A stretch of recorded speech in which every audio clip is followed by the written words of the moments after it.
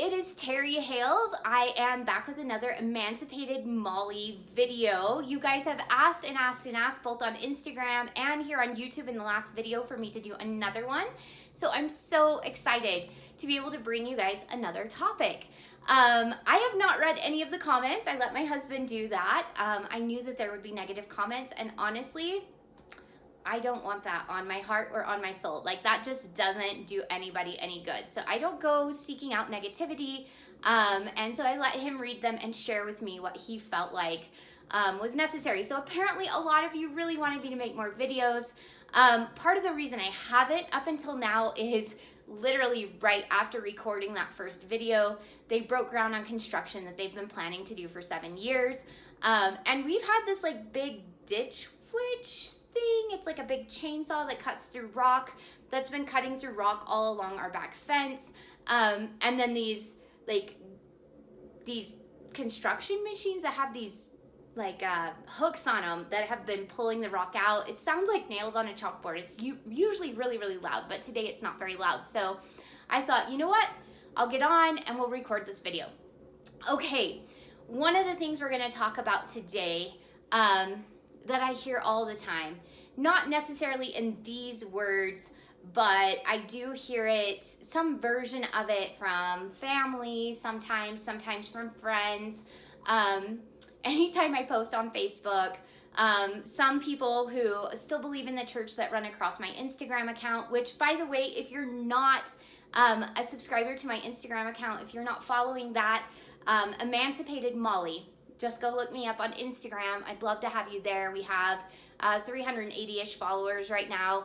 And we're having some great discussions about emotions, about self-worth, about working through anger, about grieving, and about parenting as well. So lots of great discussions going on there, lots of contribution from other prominent, people that are adding their 2 cents, and we're all just learning a lot. So if you are not a follower of my Instagram account, go ahead and go over to the Emancipated Molly Instagram account and hit follow. I do Instagram videos there when I'm out and about. I'll be recommending books to educate yourself, educate your kids, as well as we're starting to put together a list of therapists. So very, very important. Okay, today's topic is, why when you leave the church can't you leave it alone? It's a really good question. I used to ask the same thing to people that had left the church and were fighting against it. I couldn't understand. You can leave. Why don't you just leave us alone? Let us worship. Let us believe what we want to, and just leave us alone. Quit persecuting us. That's kind of the way I felt. And you guys, those of you who are feeling that way, you can feel that way. Your feelings are valid. I mean, you have a reason that you feel the way you do. You're totally allowed to feel however you want to feel. I remember being in those shoes, and I remember that my heart was really in a good place. I wanted to do the right thing. My heart is still in a good place. So we're going to talk a little bit about why people who leave, at least from my perspective, and remember, my perspective is just mine. Other people have had different journeys. They might have different reasons for doing things. But as far as I can tell, as I've talked to people who've left the church, as I've talked to people who are questioning, when you leave the church, there's a couple of reasons that people cannot leave it alone. We're going to talk about those, okay? So one of the first reasons that people leave but they can't leave it alone is because their family is still in the church. You guys, we love our families. I love my mom and dad.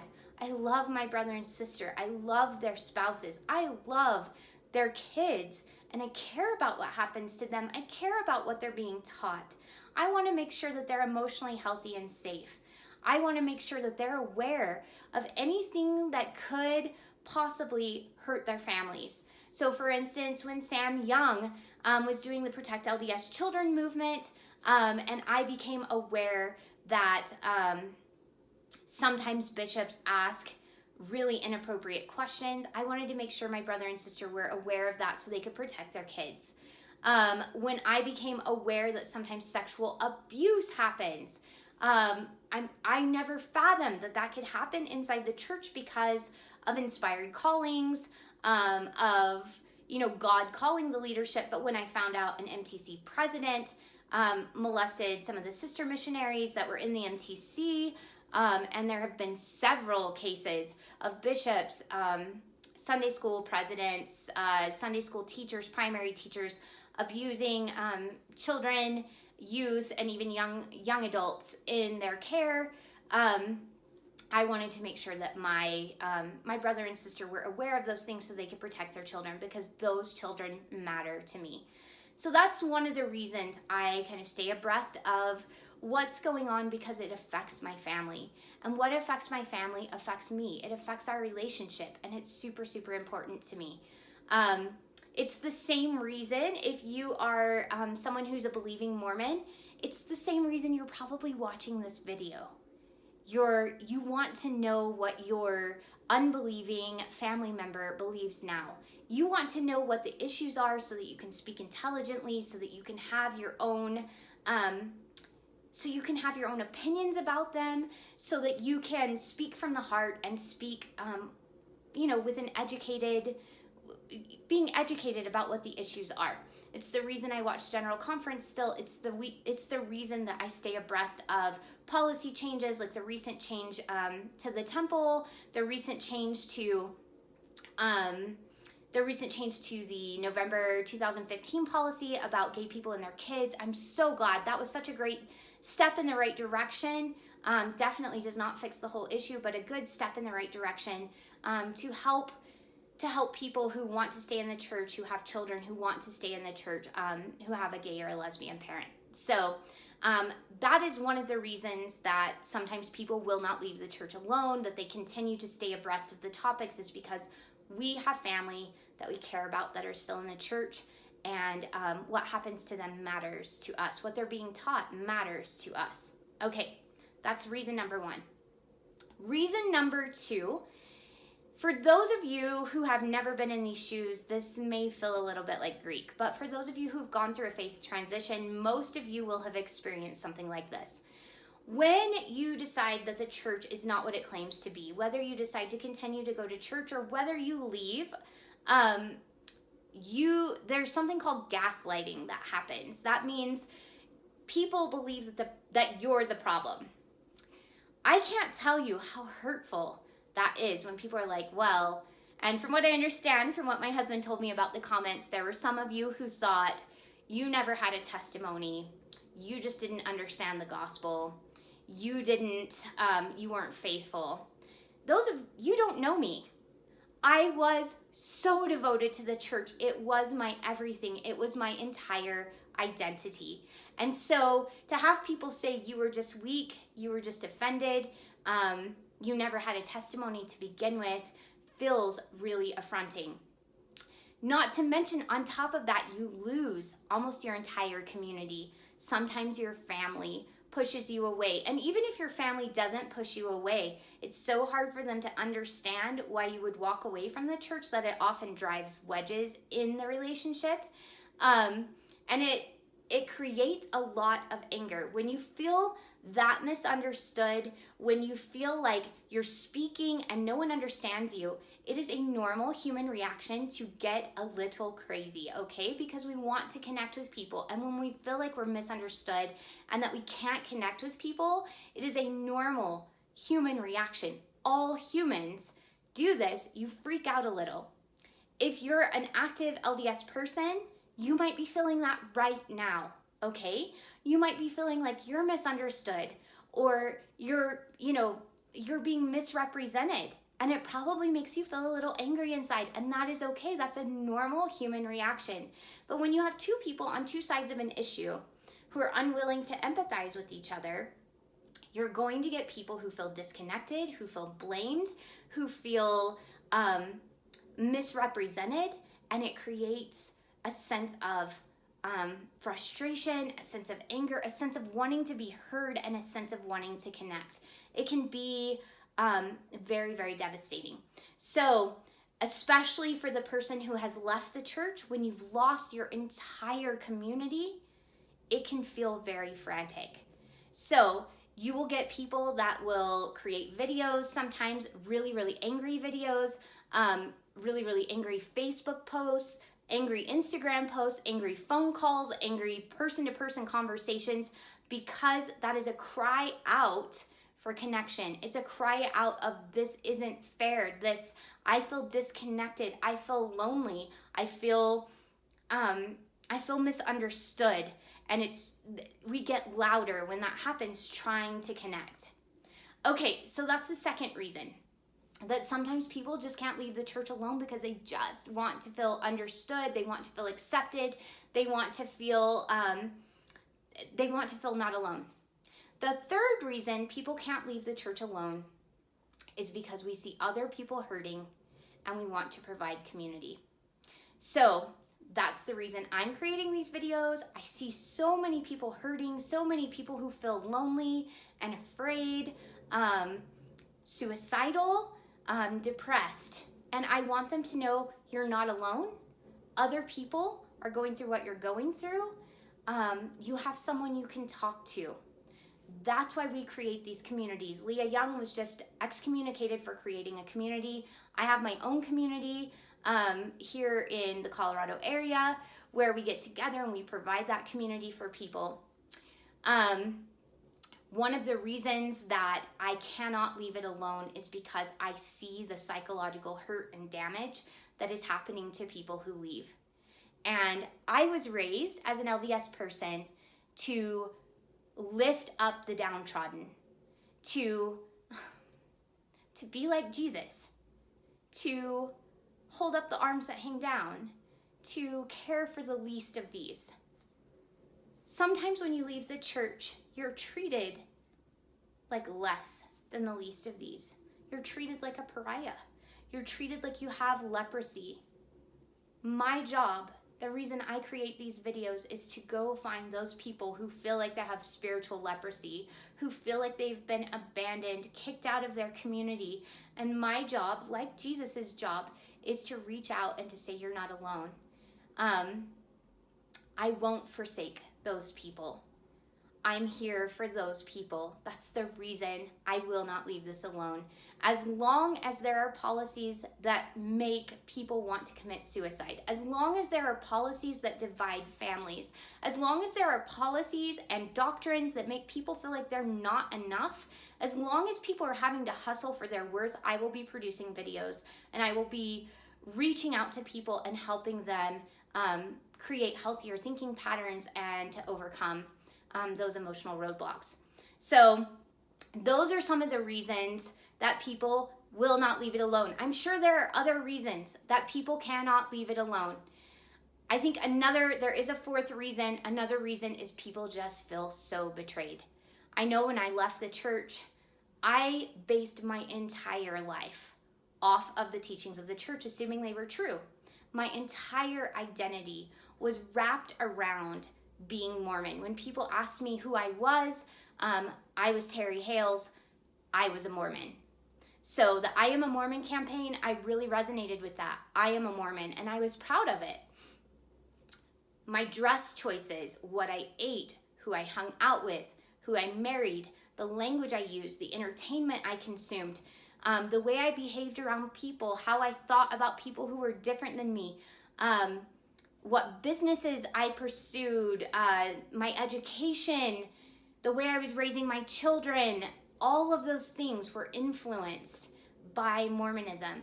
And when I came to the conclusion that I had been lied to, verifiably lied to, based on church documents, that was a personal affront.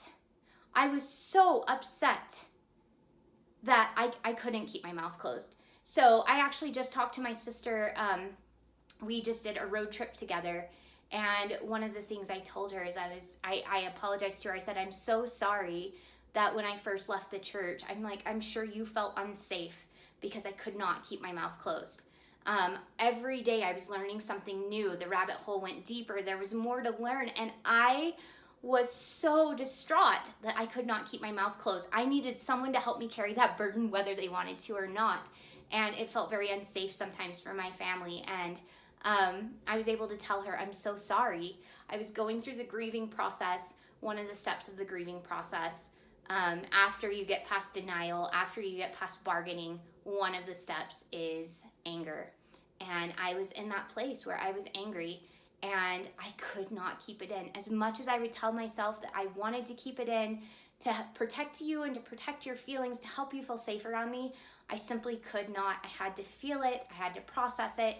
And it took a few months for me to feel and process through all of that anger, through all of that betrayal, before I could move on and get to a healthier place.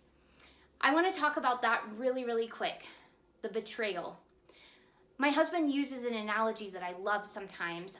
He talks about our relationship with the church. He's a marriage and family therapist. I think I mentioned that in my first video. He talks about our relationship with the church as if it's a spouse that cheated on you. So let's say you marry a spouse and your entire marriage, present themselves as faithful, honest, truthful, that they're doing everything they can to support you, that they have your best intentions in mind, that your marriage to them is God's will. But then let's say you find out that actually they've been cheating on you the entire time, that they've been manipulating you. That is going to change the way you view that marriage. I was married to the church. Everything I did was for the church. I had no boundaries with the church. I did everything I could to build up the kingdom of God, just like I had covenanted to do. And then to find out that so much of their history was either obfuscated, completely hidden, changed and whitewashed, or absolutely denied, it felt dishonest, and it felt disloyal, and it felt like a betrayal. It felt like cheating. Now imagine you have this spouse and all of your family takes their side. They've been lying and cheating to you for years. You've made decisions based on believing that they've been honest and truthful. And you find out not only are they cheating, but all of your family takes their side. And your spouse says it's your fault that this marriage didn't work out, that you're the problem, not them. And your family says the same thing. Now tell me, just sit with that for just a minute and feel that.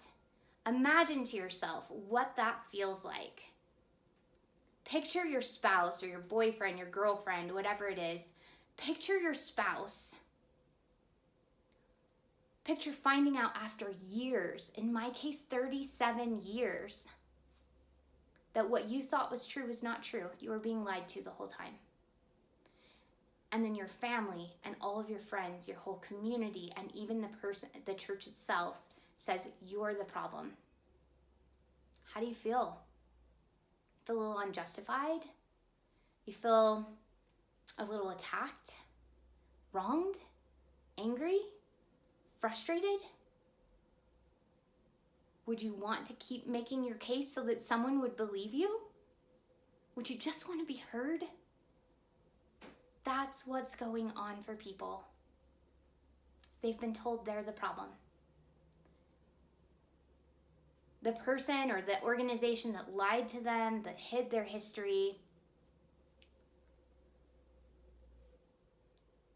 that honestly, if we're being honest, told them that you're not good enough unless you hustle to fit in, that you hustle for your worthiness. When you find out that they lied, that they betrayed you, and everyone blames you, of course you're going to speak out. Of course you're going to be angry. Of course you're going to be indignant. It makes sense. So that is my video for today. I just wanted to let you know that when people do that, when they speak out, when they can't leave the church alone, it's not because they're awful people. They're humans that are hurting. There are people who have been deeply, deeply hurt, who feel so misunderstood that they will reach out in any avenue they can to be heard, to be justified, to just have someone empathize with their feelings.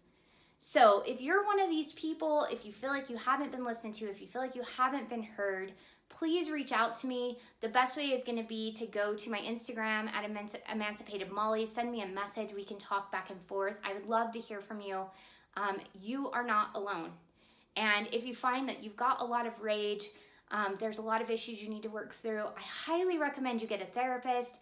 Find somebody that deals with faith transitions. We are trying to put together that list to help people. Find someone that deals with faith transitions and be able to talk to them. Be able to let them know what you're feeling. They're going to help you navigate those emotions. And as you navigate those emotions, you're going to feel a whole lot less anger. So you're going to be able to feel joy again. You're going to be able to feel happiness. You're going to feel like your sense of identity returns. It'll be a different sense of identity, but you'll have your sense of identity return, and you're going to be able to feel peace with yourself. Actually, no matter what other people say about you or how many negative comments they leave about you or what they say on Facebook or, what they say to your face in person, you'll be able to know that you're coming from a good place, that you're a good person, that your intent is honorable, and that what you're going through is normal. If I could just emphasize one thing, it's no matter what you're going through in a faith transition, it is normal. So I just wanted to leave that with you. Thank you so much for watching. Again, hit subscribe. Thank you to the 503 subscribers we have so far, and the over 20,000 views we had on the last video. That is just insane to me. And I hope this video is helpful to you. I'm going to be snagging all the moments that I can throughout the day when we don't have construction to really just be able to talk face to face with you like a friend, and hopefully we'll be able to kind of work through some of these issues that happen with faith transitions and help you live your very best life. Thanks for tuning in. We'll see you next time.